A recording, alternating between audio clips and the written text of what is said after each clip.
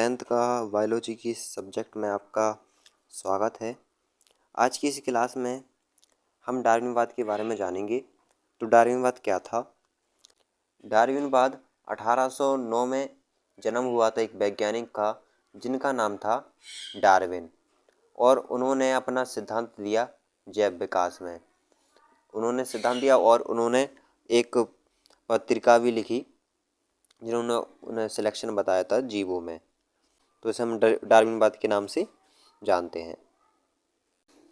तो ये वैज्ञानिक के बारे में हो गया जिनका नाम था डार्विन, और जानने क्यों लगे थे ये मैंने आपको रीज़न बताया। 1809 में इनका जन्म हुआ था। इनकी पत्रिका का नाम है द ऑर्गन ऑफ स्पेसिस, मतलब कि नेचुरल सिलेक्शन इन्होंने बताया था। पहली हेडिंग है जीवों में संतान उत्पत्ति की क्षमता। तो कुछ जीव ऐसे हैं जिनकी अगर हम उत्पत्ति की क्षमता देखें, यानी संतान उत्पत्ति की क्षमता देखें, तो इतनी है कि अगर वो जीव जीवित रहें तो बाकी जो जीव हैं वो दिखेंगे नहीं। जैसे कि उदाहरण मैं लेता हूँ हाथी का, कि एक जोड़ा हाथी से 450 वर्ष में 2 करोड़ हाथी अस्तित्व में आ जाएंगे, मतलब कि उत्पन्न हो जाएंगे। तो ये हाथी की क्षमता है। फिर उसके बाद देखिए जीवन संघर्ष। इसके अंतर्गत 3 आते हैं: वातावरण संघर्ष, अंतर्जातीय संघर्ष और अंतर्जातीय संघर्ष। तो जीवन संघर्ष वो होता है जब जीव जीवित रहने के लिए जो वह संघर्ष करता है उसको बोलते हैं हम जीवन संघर्ष। तो वातावरण संघर्ष क्या होता है? दूसरा इसका है, मतलब इसी के अंतर्गत आता है। जीवन संघर्ष 3 प्रकार के होते हैं ना, तो पहला ये हो गया वातावरण संघर्ष। तो वातावरण के मध्य होता है वो संघर्ष, उसी को हम वातावरण संघर्ष कहते हैं। फिर उसके बाद है अंतर्जातीय संघर्ष। ये संघर्ष केवल एक ही जीव के मध्य होता है। जैसे कि शेर हुआ, शेर के एक मांस के पीछे शेरों के मध्य संघर्ष होने लगा, लड़ाई झगड़ा होने लगा, तो वो एक तरह का संघर्ष कहलाता है जीवन व्यतीत करने के लिए। उसके बाद आता है तीसरा ये अंतर्जातीय संघर्ष।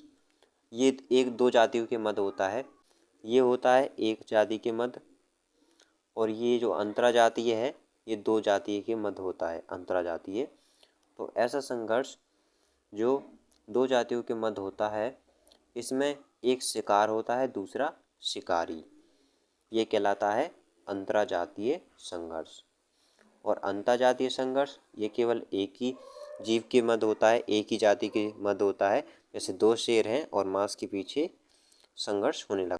तो उसके बाद अब जानते हैं हम विभिन्नताएं हैं, और विभिन्नताओं में भी कुछ लक्षण होते हैं, कुछ हानिकारक होते हैं और कुछ लाभदायक होते हैं। ये विभिन्नताएं होती हैं जीवों के अंदर। तो जो लाभदायक होती हैं वो वातावरण को अपने आप को ढाल लेते हैं, जो हानिकारक हैं वो अंकुलित नहीं कर पाते हैं, तो इसके कारण वह नष्ट भी हो जाते हैं, जो हानिकारक विभिन्नताएं होती हैं। तो ये विभिन्नताएं कहलाती हैं। अब जानते हैं हम प्राकृतिक चयन, जो कि मेन इसमें बताया गया था डार्विनवाद के द्वारा। जो लाभदायक विभिन्नताएं होते हैं उनको प्राकृतिक चयन कर लेती है, यानी सिलेक्ट कर लेती है, और जो हानिकारक हैं वो नष्ट हो जाते हैं। ठीक है, तो ये कहलाता है प्राकृतिक चयन। नई जाति की उत्पत्ति, प्राकृतिक चयन के बाद ये नई हेडिंग है। तो इसमें जो प्राकृतिक चयन कर लेती है वो लाभदायक विभिन्नताओं को प्राकृतिक चयन कर लेती है, तो वो लाभदायक जो विभिन्नताएं हैं वो पीढ़ी दर पीढ़ी चलती हैं, तो इससे नई जाति की उत्पत्ति हो जाती है। और इन्होंने उदाहरण बताया था जिराफ का। तो इसमें क्या बताया था कि जैसे कि इसमें लाभदायक थी ना इनके लिए, कि इनकी गर्दन अगर ऊंची होगी तो ये आसानी से पेड़ जो घास है खा पाएंगे। तो यही डेवलप हो गई हैं नए जीवों में। तो अब ऐसे ही जिराफ की जो उत्पत्ति है होने लगी। ठीक है, पहले ऐसे हुआ करते थे, फिर ऐसे होने लगे। अब मैं आपको आलोचना बताने वाला हूँ, 1-2 बताऊँगा, ज़्यादा नहीं, जो कि आपको अच्छे से याद रहे। तो पहला है डार्विनवाद ने ये नहीं बताया था विभिन्नताओं में, ये जो विभिन्नताएं होती हैं ना, ये विभिन्नताएं, इसमें ये नहीं बताया था कि पीढ़ी दर पीढ़ी किस प्रकार से ये विभिन्नताएं पहुंचती हैं, ये नहीं बताया था। एक आलोचना हो गई। दूसरी आलोचना, डार्विनवाद ने विभिन्नताओं की उत्पत्ति और उसके जो कारण थे उस पर कोई प्रभाव नहीं डाला था।